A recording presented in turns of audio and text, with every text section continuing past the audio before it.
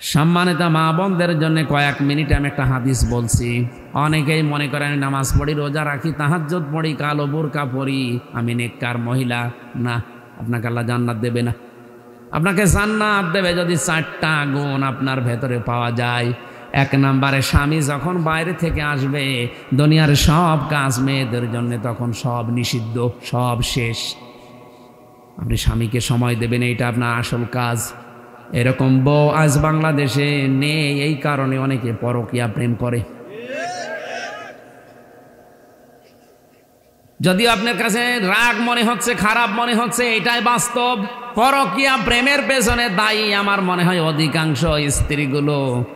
যদি একটু রেসপন্স করে, সময় দেয় নবীর এই হাদিসের দিকে তাকিয়ে, নবী বলেন যখন স্বামী আসবে দুনিয়ার সব কাজ ওই মহিলার জন্য স্থগিত। যত বড় কাজ থাক সব বাদ। স্বামীকে সময় দেওয়া ওর জন্য ফরজ। ওর জন্য কি? স্বামী এসেছে 8 ঘন্টা ডিউটি করে, ও সময় দেওয়া দূরের কথা, ও হাঁসের খাবার দিয়ে নিয়ে ব্যস্ত। তোর হাঁসই বড় হয়ে গেল, ওই হাঁসের গলা টিপে মেরে ফেলা দরকার। দ্বিতীয় নম্বরে, যে স্বামী যেটা পছন্দ করে ওটা যদি জায়েজ হয়, আপনার জীবন থাকতে ওইটা পছন্দ করা লাগবে। স্বামী যদি পছন্দ করে যে আপনি হাতা কাটা ব্লাউজ গায়ে দিয়ে স্বামীর সামনে থাকেন, কোনো অসুবিধা নেই। স্বামী যদি পছন্দ করে আপনি চুল ছেড়ে দিয়ে স্বামীর সামনে থাকেন, কোনো অসুবিধা নেই। আর যতগুলো চুল আপনার স্বামী দেখবে অতগুলো সওয়াব হবে। স্বামীর চুল না দেখিয়ে উনি মেলায় যাচ্ছে চুল দেখাতে। যত পুরুষ মানুষ আপনার চুল দেখবে, আল্লাহর কসম প্রতিটি চুল কিয়ামতে সাপ হয়ে আপনাকে কামড় দেবে। কোন স্বামী যদি তার স্ত্রীর মাথার উপরে হাত রাখে, যতগুলো হাত চুলের নিচে পড়বে, যত চুলের নিচে হাত পড়বে অতগুলো সওয়াব ওই মহিলা ওই স্বামীর নামে আল্লাহ লিখে দেবে। কোন স্বামী যদি স্ত্রীর হাত চেপে ধরে মহব্বতে হাসি দিয়ে, যতগুলো গোনা ওই দিনে হয়েছে সগীরা সব আল্লাহ হাতের মাঝখান দিয়ে ঝরিয়ে দেয়। আমরা হাতও ধরি নিজের বোর বাদ দিয়ে অন্যেরটা। স্বামী আমার এখানে, আমি যারা আছি এখানে যত স্বামী বসে আছে, প্রত্যেকটা স্বামী পছন্দ করে এটা যে বিয়ের পরে যেন আমার মা বাবা আমার সাথে থাকে। কথা বলা লাগবে। কিন্তু আজ 100টার 98টা বউ এটা চাই না। কথা বলুন। এই জন্যই তো বৃদ্ধাশ্রম তৈরি হচ্ছে, এই জন্যই তো আলাদা হওয়ার সিস্টেম বাড়তেছে। খালি বারবার শ্বশুর বাড়ি থেকে ওরে বুদ্ধি দেয়, আলাদা থাক, আলাদা হয়ে যা, ভালো খেতে পারবি। আরে বেটা, ওর পেছনে আজ 25 বছর শ্রম দিলেও যে বুড়ো বুড়ি তারা এখন ডিলেট। কার কার বউ এরকম আছে যে আলাদা থাকতে চায়, বউ মা বাবার সাথে থাকতে চায় না? হাত তোলেন তো। ও, এই এলাকায় এই ওয়াজ করা ঠিক হয়, এ জেলায় নেই। আলহামদুলিল্লাহ, আমি হাদিস বলা বন্ধ করে দিলাম, আমার দরকার নেই। আমি অন্য হাদিস বলছি নাকি? সত্যি কি এরকম এলাকায় গাজীপুরে বৃদ্ধাশ্রম তৈরি হয়েছে কোন কারণে? আপনারা হাত তুলছেন না কোন কারণে? হাত তোলেন, কোনো ভয় নেই, ক্যামেরা আমার দিকে, হাত তোলেন। একজন তাও যে হাত তুলেছে, ও মুরব্বীর বউ বেশি আছে কিনা সন্দেহ। ও তো বউ বেশি থাকা সম্ভব না। 3 নম্বরে, স্বামীর সম্পদ এবং তার সন্তানকে দেখে শুনে রাখবে, ইসলামের পথে চালানোর জন্য চেষ্টা করবে। 4 নম্বরে, স্বামীর মনে দুঃখ দিয়ে কোনো কথা, কোনো বরদোয়া দেওয়া যাবে না, এটা হারাম। পৃথিবীতে ফেরাউনের মতো এত বড় ভয়ঙ্কর নাফরমান জানোয়ার স্বামী কারো কপালে? কথা বলেন না কেন?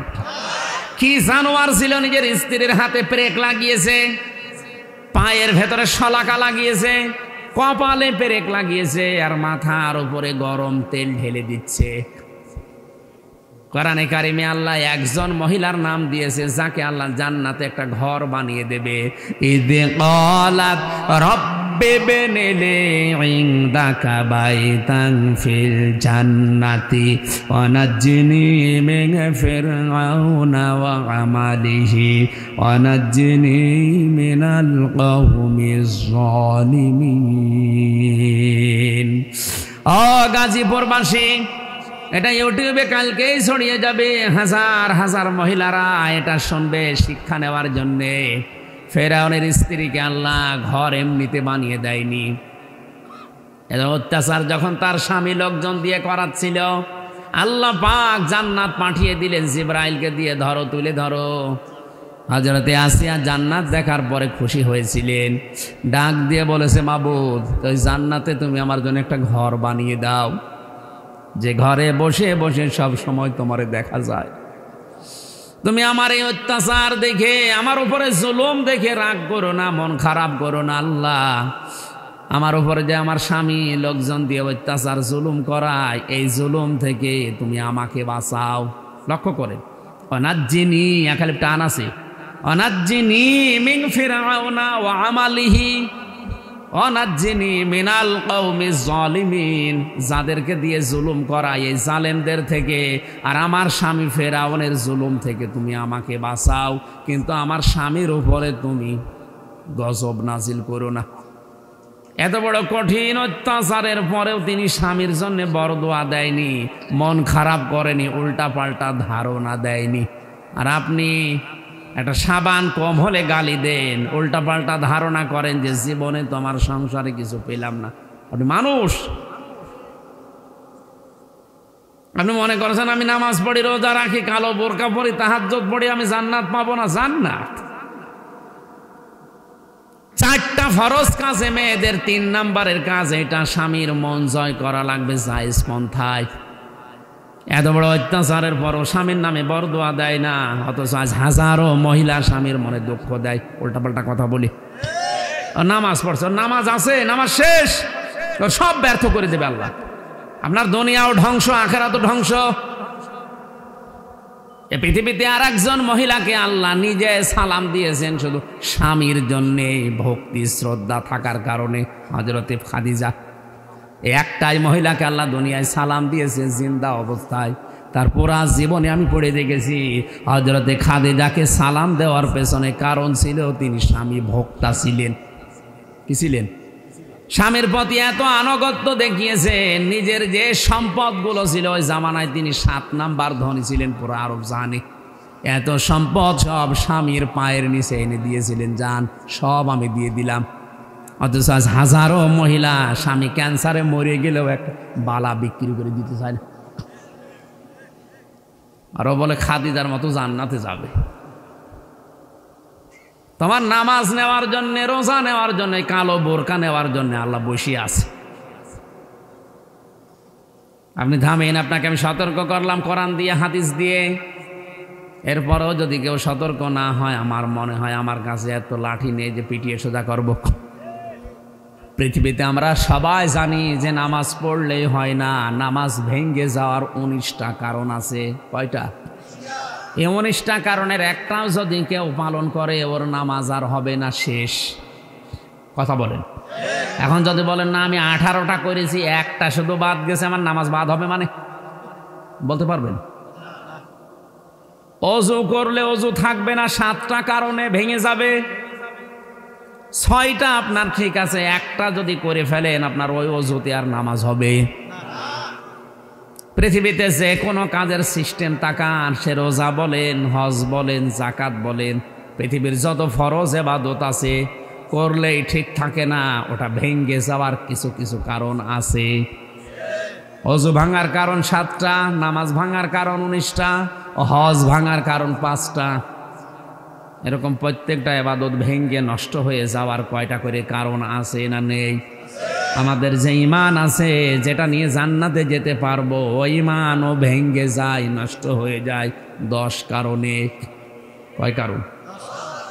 আপনাকে সতর্ক করার জন্য বলছি, সূরা মুহাম্মদের প্রথম আয়াত এটা, আল্লাযীনা কাফারু ওয়া সাদ্দু আন সাবিলিল্লাহি আযাল্লা আমালাহুম। ভালো করে খেয়াল করেন, আপনাকে আমি বাঁচার জন্য বলছি। আপনি মনে করছেন আমার ঈমান তো আছে, আমি জান্নাত পাবো না। নামাজ পড়তে গেলে যেমন 19টার একটা কারণ হলে নামাজ শেষ। অজু করে যদি ওই 7 কারণের 7টার একটাও পাওয়া যায়, অজু শেষ। আপনার ঈমান আছে, এখন 10টা কারণ বলবো, যদি দেখেন একটাও আছে আপনার ঈমানও শেষ। এটাকে গুরুত্বপূর্ণ কম নাকি? অনেক গুরুত্বপূর্ণ। আপনি দেখেন তো এই 10টার একটাও আপনার ভেতরে আমার ভেতরে আছে কিনা। 1 নম্বরে ঈমান ভঙ্গের কারণ 10টা। প্রথম নাম্বার সূরা জুমারের 65 নাম্বার আয়াতে এটা আছে এই তথ্যগুলো। যেহেতু আমার আলোচনায় বিষয় না, আমি শুধু থিওরিগুলো বলে দিচ্ছি। মোবাইলে তুলে নেবেন, কাগজ কলমে লিখে নেন, বাড়িতে এসে মিলিয়ে দেখবেন প্র্যাকটিক্যাল লাইফে। 1 নম্বরে যারা শিরিক করবে তাদের ঈমান শেষ।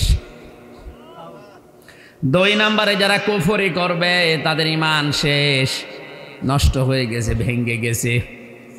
3 নম্বরে নেফাক, মনের ভেতরে যাদের মুনাফিকি আছে, উপরে ফিটফাট ভেতরে সদরঘাট।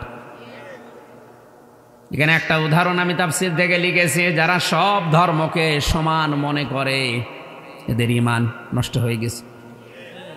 আজ হিন্দুদের কিছু ভোট পাওয়ার জন্য যারা বলে আমরা সার্বজনীন সনাতন ধর্মে সবাই এসে হাজির হইলাম, তাহলে ওই ধর্মকে আপনি ইসলাম ধর্মের মতো মনে করলেন কোন কারণে?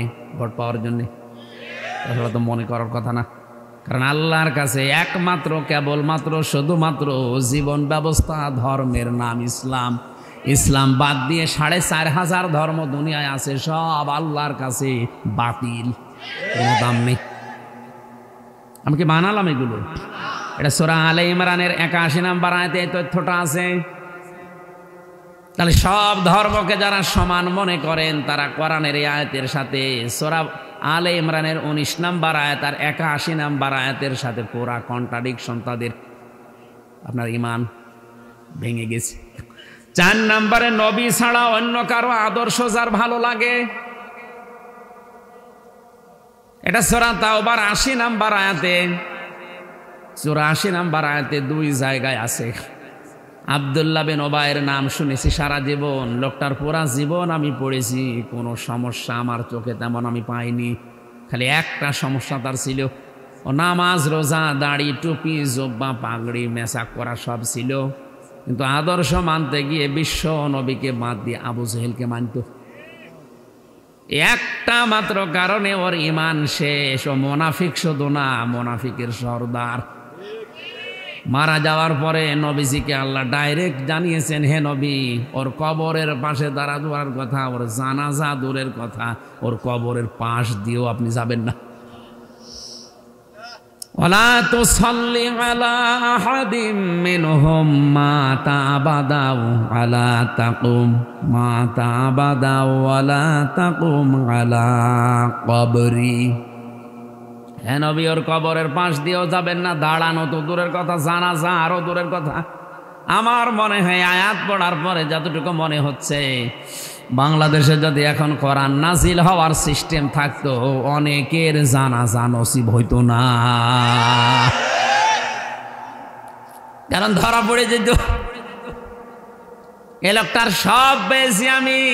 ওর দাড়ি ছিল নবীজির মতো, ওর জব্বা ছিল নবীর মতো। আমির হামজার পেছনে না, ও নামাজ পড়তো রাসূলুল্লাহর পেছনে। নবীজির সাথে রোজা রেখেছে, ইফতারি করেছে, মসজিদে নববীতে কাবা শরীফে নামাজ পড়েছে, সব ঠিক ছিল। শুধু আদর্শ মানার ক্ষেত্রে নবীকে মানত না। রাজনৈতিক জীবনে ওর আদর্শ ছিল আবু জেহেল। এই আয়াতটা অনুযায়ী আর এর জীবনী অনুযায়ী বাংলাদেশে কত মানুষ মুনাফিক আপনি বলেন। কিছুদিন আগে একটা জরিপ পেয়েছিলাম, এই দেশে বিশ্ব নবীকে একমাত্র আদর্শ মানার মতো মানুষ 100 জনের 14 জন। কয়জন? 100 জনের 14 থেকে সর্বোচ্চ 15 জন যদি বাদ দেন, থাকে কত? 85 জন নবীজিকে শুধু নবী মানে, কিন্তু আদর্শ মানে না। তাহলে ওই লোকটা সব কিছু মেনেছে, আদর্শ নবীকে মানে না। এই জন্য যদি জাহান্নামে শুধু যাবে না, ও জাহান্নামের নিচে থাকবে। ইন্নাল মুনাফিকিনা ফিদ দারকিল আসফালি মিনান নার। এখানে যারা আলেম আছে জিজ্ঞাসা করেন আসফাল ইসমে তাফসিল, ও শুধু জাহান্নামে যাবে তা না, জাহান্নামের একেবারে নিচে যাবে। ইন্নাল্লাহা জামিউল মুনাফিকিনা ওয়াল কাফিরিনা ফি জাহান্নামা জামিআ।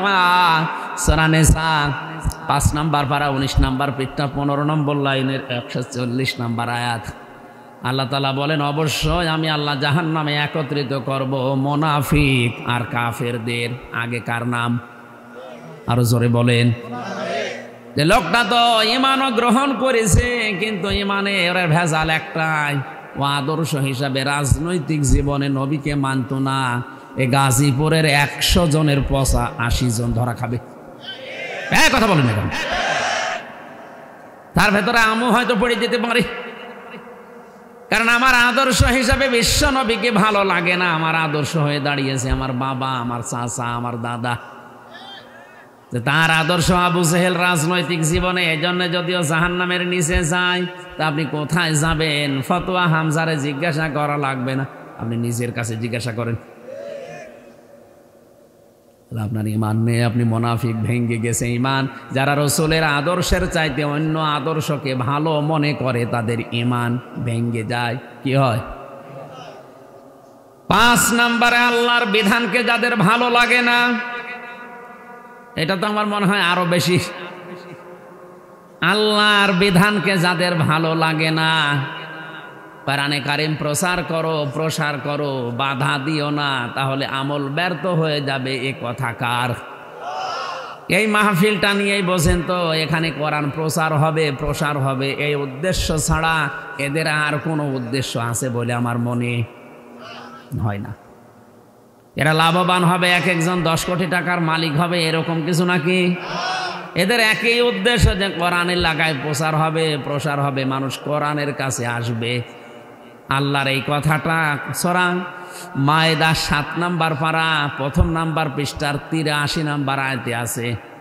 ওয়াইদা সামিউ মা উনজিলা ইলার রাসূলি তারা আ'য়ুনাহুম তাফিদু মিনাদ দামি মিম্মা আরাফু মিনাল হক ইলা আখির আয়াত। হে নবী, মানুষকে যখন কোরআন শোনাবেন, দেখবেন যারা কোরআনের মর্ম মানেগুলো উপলব্ধি করার চেষ্টায় আছে, যারা বুঝতেছে আল্লাহ কি বলে, ওদের চোখের দিকে তাকিয়ে দেখবেন ওরা কাঁদতেছে। আল্লাহর কথাগুলো বোঝার মতো যোগ্যতা যাদের আছে, ওরা নীরব নিস্তব্ধ হয়ে চিন্তা করবে, আর ভেতর থেকে এমনিতে কান্না আসবে, ওরা টেরও পাবে না। এখানে সবার চোখে পানি আসবে না।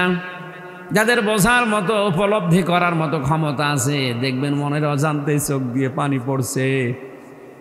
বিশ্ব নবী তো তার জীবনী পড়ে দেখেছি, রাহিকুল মাখতুমে হাত তুলতে দেরি হতো, কোরআনের কথা শুনলে চোখ দিয়ে পানি আসতে দেরি হতো না। আর আমরা তার উম্মত হাত তোলা না, ঠ্যাং তুলে বসে থাকলো, চোখে পানি আসে না, কারণ আমরা তো বুঝি না যে আল্লাহর বক্তব্য কি। আল্লাহর এইটাও একটা বিধান যে কোরআন প্রসার করো। এ বিধান কার? এই দিকে তাকে এলাকার যুবকেরাই আয়োজন করেছিল, যারা বুঝে হোক না বুঝে হোক বাধা দিয়েছেন। আল্লাহর কসম, আপনার ঈমান ভেঙে গেছে। আপনার মতো মানুষ মারা গেলে আপনার জানাজা দেওয়া, কবরে দেওয়া বেকার। আপনি এমনিতেও জাহান্নামে যাবেন, অমনিও জাহান্নামে যাবেন। কারণ ফাআহবাতা আমালাহুম, আমলের বহু বচন আমাল। যত আমল আপনি এর আগে করেছিলেন সব আল্লাহ ভেঙ্গে ফেলেছে, নষ্ট করে দিয়েছে, ব্যর্থ করে দিয়েছে। সূরা মুহাম্মদের 1ম আয়াত। এরপরও যদি বলেন ফতোয়া হচ্ছে না, এদিকে আসেন, ঝড়ি কোদাল দিয়ে আপনার ফতোয়া দিচ্ছে।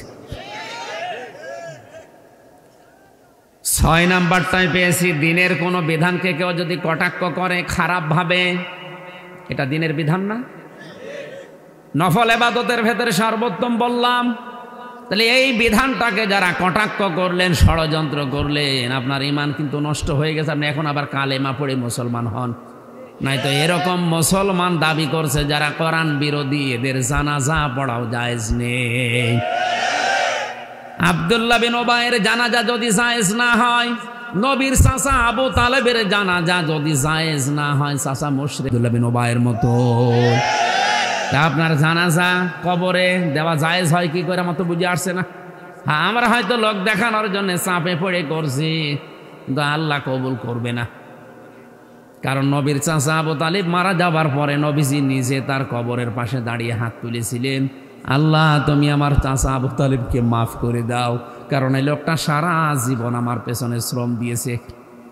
হযরত জিবরাইল এসে বলে, হে নবী, হাত নামান। কার জন্য হাত তুলেছেন? এটা আপনার চাচা, আমি জানি। এ সারা জীবন আপনাকে বাড়িতে রেখে লালন পালন করেছে, পিঠে নিয়ে মুখে নিয়ে বুকে নিয়ে মানুষ করেছে দেখেছি, কিন্তু লোকটা মুশরিক। লোক কি? সূরা তাওবার 113 নম্বর আয়াতটা নাযিল হয়, মা কানা লিন নাবিয়্যি ওয়াল্লাযীনা আমানু আইয়াস্তাগফিরু লিল মুশরিকিন ওয়ালাউ কানু উলি কুরবা মিন বা'দি মা তাবায়্যানা লাহুম আন্নাহুম আসহাবুল জাহিম। আল্লাহ পাক বলেন, হে নবী, শুধু আপনার জন্য না, দুনিয়ায় কোনো ইমানদারের জন্যও এটা জায়েজ নেই, শোভনীয় নেই, উচিত নেই। এটা কখনো করবেন না যে কোনো মুশরিক মারা গেলে আমার কাছে ক্ষমা চাবেন, যদিও ওইটা আপনার নিকট আত্মীয়।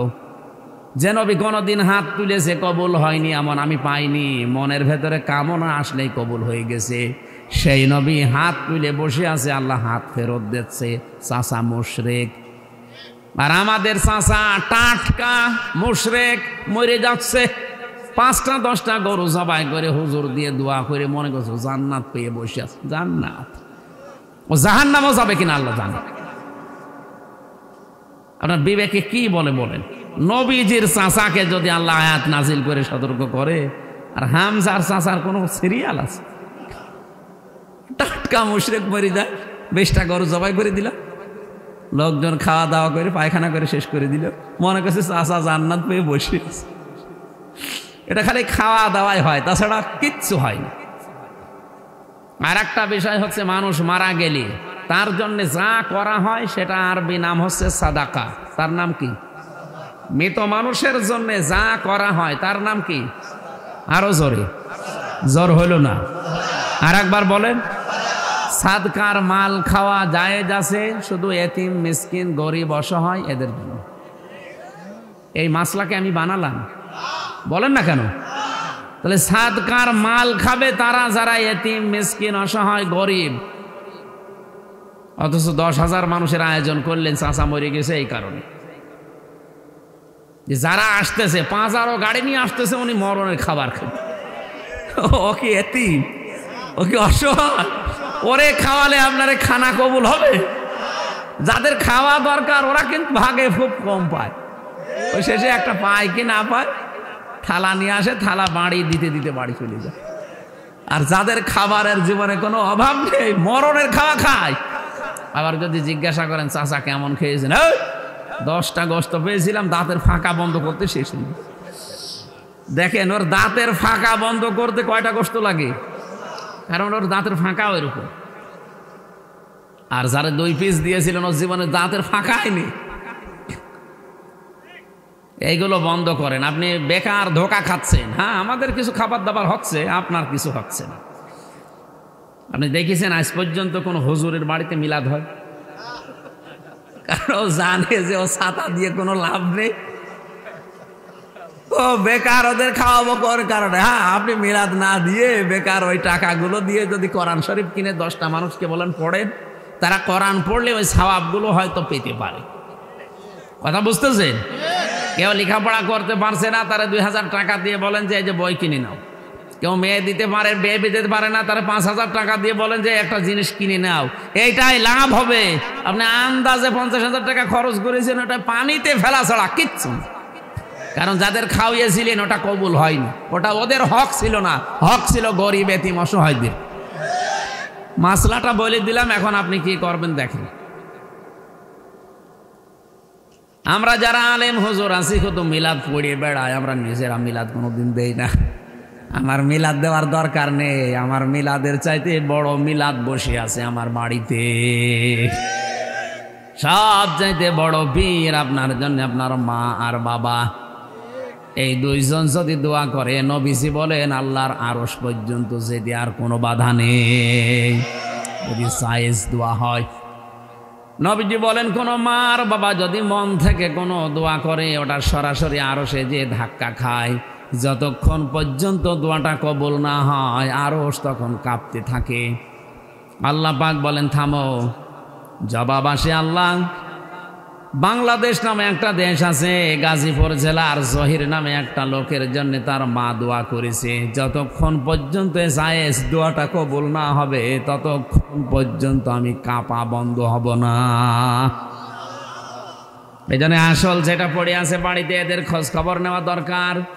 ইমান ভাঙ্গার 7 নাম্বার কারণ হচ্ছে যারা জাদুকর, যারা জাদু করে বেড়ায়, এ মানুষের ইমান নষ্ট হয়ে যায়। সারা বাকারার ভেতরে ঘটনাটা আছে। 8 নাম্বারে মুসলমানদের বিরুদ্ধে যারা ষড়যন্ত্র করে ওদের ইমান ভেঙে যায়, নষ্ট হয়ে যায়। 9 নাম্বারে কাউকে ইসলামের ঊর্ধ্বে যদি কেউ মনে করে তার ইমান সঙ্গে সঙ্গে ধ্বংস হয়ে যায়। আর এটা বাংলাদেশে বেশি, অনেককে এখন ইসলামের ঊর্ধ্বে মনে করা হচ্ছে। নাকি বেশি বলে ফেললাম? 10 নাম্বারে ইসলামের কোন বিধানকে কেউ যদি ঘৃণা করে, সূরা সেজদার 22 নাম্বার আয়াতে তথ্য আছে, সূরা মুহাম্মদের 9 নাম্বার আয়াতে তথ্য আছে। যেটা বললাম আপনি একটু মিলান। এই যে 10টা আল্লাহর পথে যারা মানুষকে বাধা দেয়, চলতে দিতে চায় না, এদের ঈমান আল্লাহ নষ্ট করে দেয়। আমার তো মনে হচ্ছে 10টার ভেতরে 10টা এখন আমাদের ভেতরে অলরেডি পাওয়া যাচ্ছে। আন্দাজে ঈমানের দাবি করে বসে আছে। ফেরেশতা যখনই বললেন আপনি রবের নামে পড়েন, নবীজি পড়া আরম্ভই করেছিলেন না, একবারে 5 আয়াত পড়লেন। বাড়িতে আসলেন, আসার পথেই তিনি দেখলেন আকাশ আর জমিন বরাবর একটা ফেরেশতা। নবীজি ভয় পেয়ে পালাতে আরম্ভ করলেন। নবীজি বলেন আমি পড়েও গিয়েছিলাম, এটা তাফসিরে ইবনে কাসিরের ভেতরে আছে, আমি দৌড়াতে যেয়ে পড়েও গিয়েছিলাম। কষ্ট করে উঠে যখন বাড়িতে গেলাম, স্ত্রীকে বললাম আমাকে ঢেকে দাও। নবীজির স্ত্রী চাদর দিয়ে, কম্বল দিয়ে, কাঁথা দিয়ে, যাই বলেন ওনাকে বস্ত্র দিয়ে ঢেকে দিলেন। আল্লাহ রাব্বুল আলামিন তখন এই আয়াতটা নাযিল করলেন, ইয়া আইয়ুহাল মুদ্দাসসির, হে বস্ত্র আবৃত ব্যক্তি, হে কম্বলওয়ালা, চাদরওয়ালা, লেপ দিয়ে তোশক দিয়ে ঢেকে বসে আছেন না, আপনাকে আমি এভাবে বসে থাকার জন্য দুনিয়ায় পাঠাইনি। ওম আপনি দাঁড়ান, ফাংজির, মানুষকে সতর্কবাণী শোনান। আল্লাহর বিধানের বাইরে গেলে, আল্লাহর সাথে নাফরমানি করলে, আল্লাহর দ্বীনের বিরোধিতা করলে কি হবে, এই কথাগুলো আপনাকে প্রচার করা লাগবে। আপনি সতর্ক করেন মানুষদেরকে। আজ মানুষ মানুষের পেছনে লেগে আছে, একজন আর একজনের পেছনে লেগে তার জীবনটা ধ্বংস করে দিচ্ছে। এই কাজগুলো আপনি বন্ধ করেন, ওঠেন, আপনার দায়িত্ব এটা। ইমাম মালিক রাহমাতুল্লাহ আলাইহির জীবনী পড়তে গিয়ে একটা কাহিনী পেয়েছি, আমি শিক্ষার জন্য কয়েক মিনিটে বলছি। আছেন তো আপনারা? ওই জামানায় একটা মহিলা মারা যায়, পাশের বাড়ির কয়েকটা ওই পাড়া থেকে একজন মহিলাকে নিয়ে এসেছে যে লাশটা একটু ধুইয়ে দেন। একজন মেয়ে লোককে ধোয়ানোর জন্য আর একজন মেয়ে লোক লাগবে না। চারিদিকে ঘিরে দিয়ে যখন তাকে পরীক্ষা নিরীক্ষা করে পুরা শরীরকে পবিত্র করার জন্য পেটে চাপ দিলেন, পায়খানা প্রসাব বের হয় কিনা এটা পবিত্র করার জন্যে তার শরীরের কাপড়গুলো সরানোর পরে এই মহিলা একটা মন্তব্য করে ফেলেছিল। খুব ভালো করে খেয়াল করে শোনেন। মন্তব্য করার সময় হাতটা লাগিয়েছে ওনার রানের উপরে, পায়ের নিচে যে রান আছে রানের উপরে যে হাত লাগিয়েছে, হাত গেছে আটকে, আর খুলতে চায় না। প্রায় অর্ধেক বেলা চলে গেল, হাত খোলে না, চামড়ার সাথে এই চামড়া অ্যাটাচড হয়ে গেছে, একেবারে সিমেন্টের মতো লেগে গেছে। এলাকায় যে ইমাম আছে তাকে জিজ্ঞাসা করছে কি করা যায়।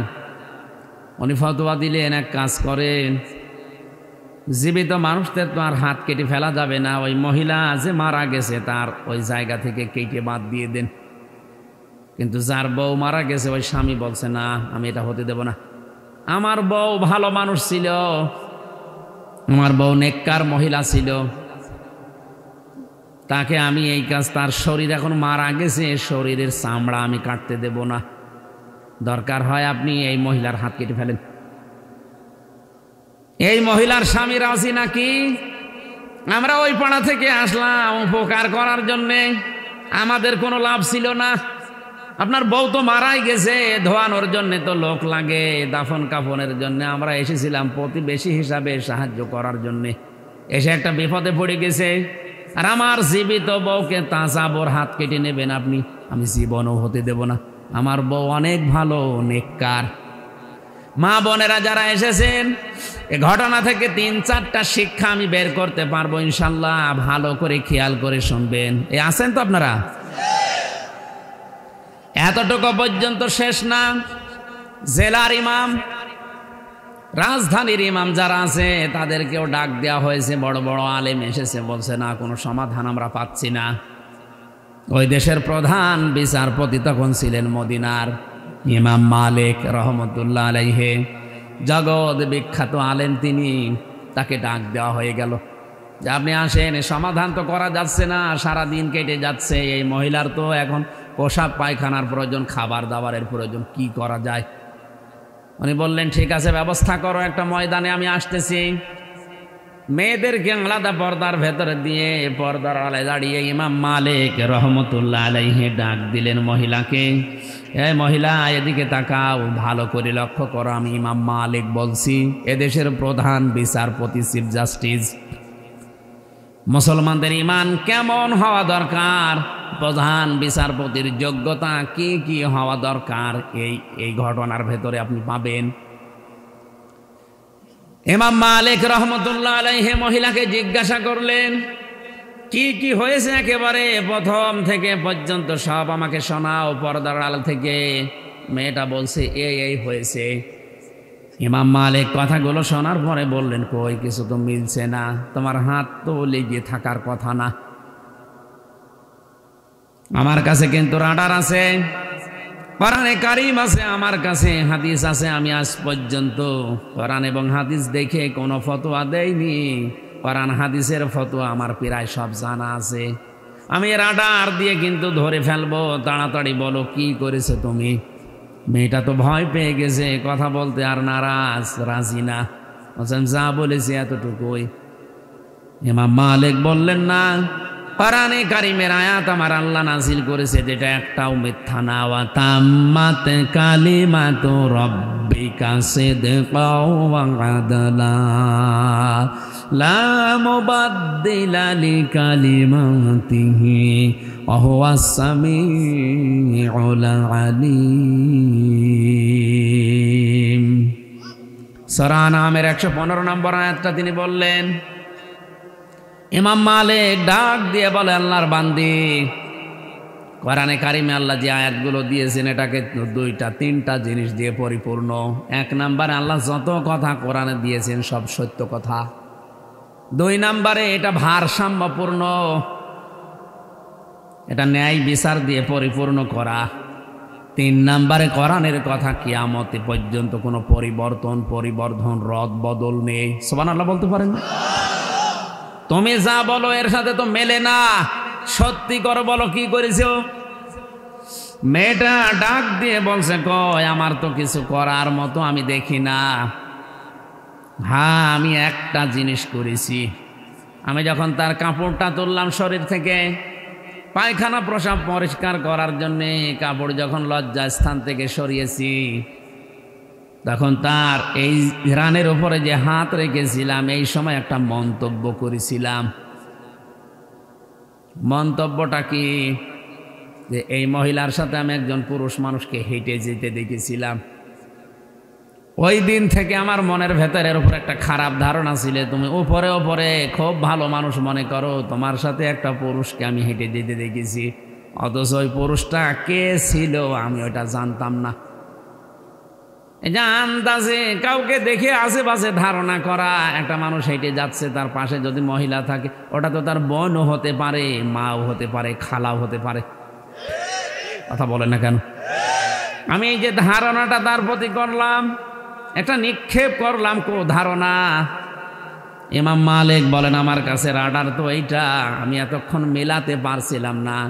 সূরা নিসার 112 নম্বর আয়াত আমার জানা আছে, ওয়ামাইয়া কাসাবা খাতিয়াতান আও ইসমান সুম্মা ইয়ারমি বিহি বারিয়ান ফাকাদ ইহতামালা বুহতানা ওয়া ইসমাম মুবিনা। আল্লাহ পাক বলেন, দুনিয়ায় এমন অনেক মানুষ আছে নিজে অন্যায় করে, নিজে খারাপ কাজ করে, আর এই অন্যায়টা একটা ভালো মানুষের ওপরে চাপিয়ে দিয়ে নিজে ভালো সাজে। এই লোকটা যেন প্রকাশ্য পাপের বোঝা বহন করে নিয়ে বেড়াচ্ছে। তুমি নিজে হয়তো এরকম কোনো কাজ কারবার করে বেড়াও, আর এই লোক এই মহিলার উপর একটা খারাপ ধারণা করে এক ধারণা নিক্ষেপ করলে এই কারণে আল্লাহ তোমার শাস্তি দেওয়ার জন্য ব্যবস্থা করেছে। দ্বিতীয় নাম্বার আয়াতটাকে শোনালেন সূরা নিসার 2 নাম্বার আয়াত, সূরা নূরের 4 নাম্বার আয়াতটা, ওয়াল্লাযীনা ইয়ারমুনাল মুহসানাতি সুম্মা লাম ইয়াতু বিআরবা'তি শুহাদা ফাজলিদুহুম ইলা আখিরি আয়াত। আল্লাহ পাক বলেন, কোন মানুষ যদি কোনো নেককার নিরপরাধ মহিলার উপরে জেনার তহমত দিয়ে দেয়, খারাপ ধারণা করে, আর যদি 4 জন সাক্ষী হাজির করতে না পারে, তাহলে তারে 80টা বেত্রাঘাত করো। কয়টা? 80টা বেত্রাঘাত করা লাগবে তাকে। আর জীবনে তার কোনো সাক্ষী এই পৃথিবীতে কবুল করা হবে না, গ্রহণ করা হবে না, আবার সাক্ষী নেওয়া হবে না। আজ বাংলাদেশে এই আয়াতগুলো যদি রাষ্ট্রীয়ভাবে, পারিবারিকভাবে, সামাজিকভাবে আমরা বোঝাতে পারতাম আর কায়েম করে দিতাম, এই দেশে মিথ্যা মামলায় কোনো মানুষ জেলে থাকতো না। আন্দাজে ধারণা করে গায়েবী মামলা দিয়ে ওরে আপনি জেলে রেখে দিয়েছেন, হঠাৎ ধরে নিয়ে বলছে চল, কি তুই গাছ কেটেছিস, অথচ গাছ কাটা কেউ জানেই না।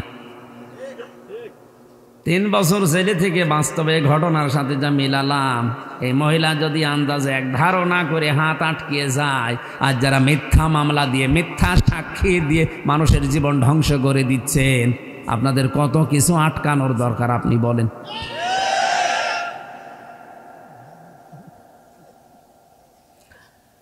ইমাম মালিক রহমতুল্লাহ আলাইহি বলেন, আল্লাহর বান্দি, আমার কাছে 2 নাম্বারের সাক্ষী আছে, 2 নাম্বারের রাডার হচ্ছে নবীর হাদিস, মান সালিমাল মুসলিমুনা মিন লিসানিহি ওয়া ইয়াদিহি।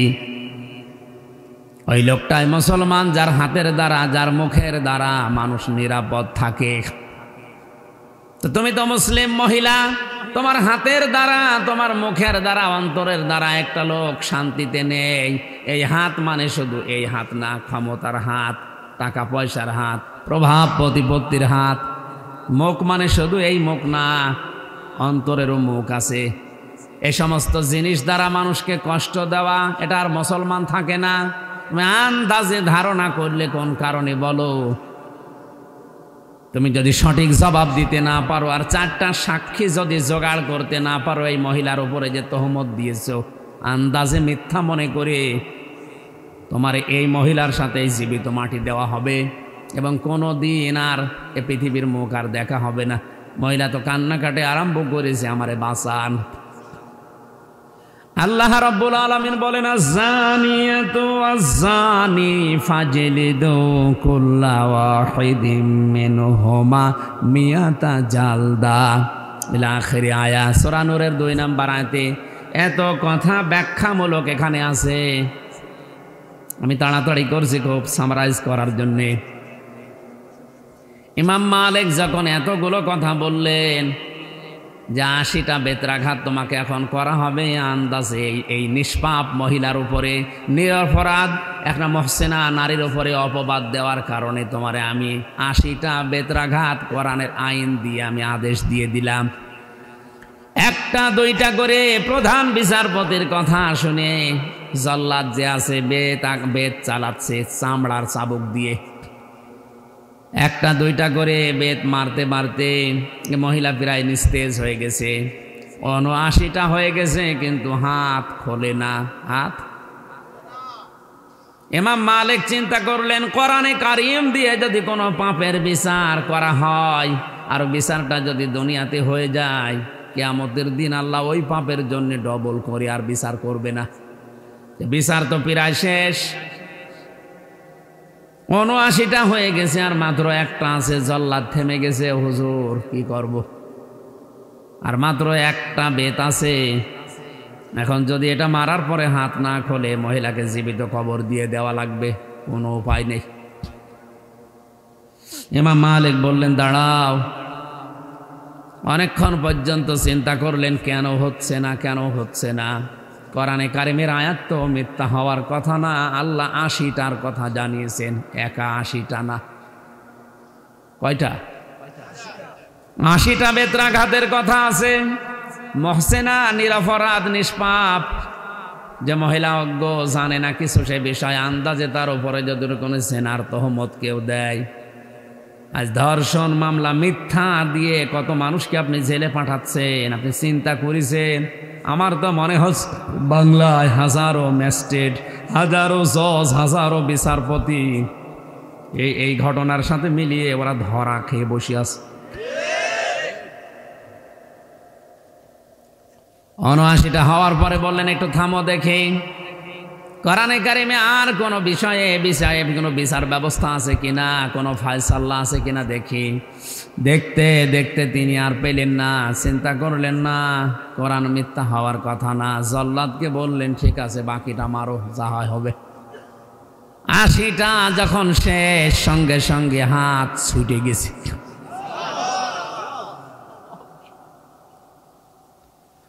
গাজীপুরবাসী ইমাম মালিকের এই ঘটনাটা কয়েক মিনিটে বলার আমার উদ্দেশ্য ছিল এই যে জাতিকে সতর্ক করছি, যারা আজ মিথ্যা সাক্ষী দিয়ে, মিথ্যা মামলা দিয়ে, মিথ্যা তহমত দিয়ে মানুষের জীবনটা ধ্বংস করে দিচ্ছেন, আপনার কি হবে আমি আশা করছি কয়েকটা পয়েন্টে আপনি বুঝে ফেলেছেন।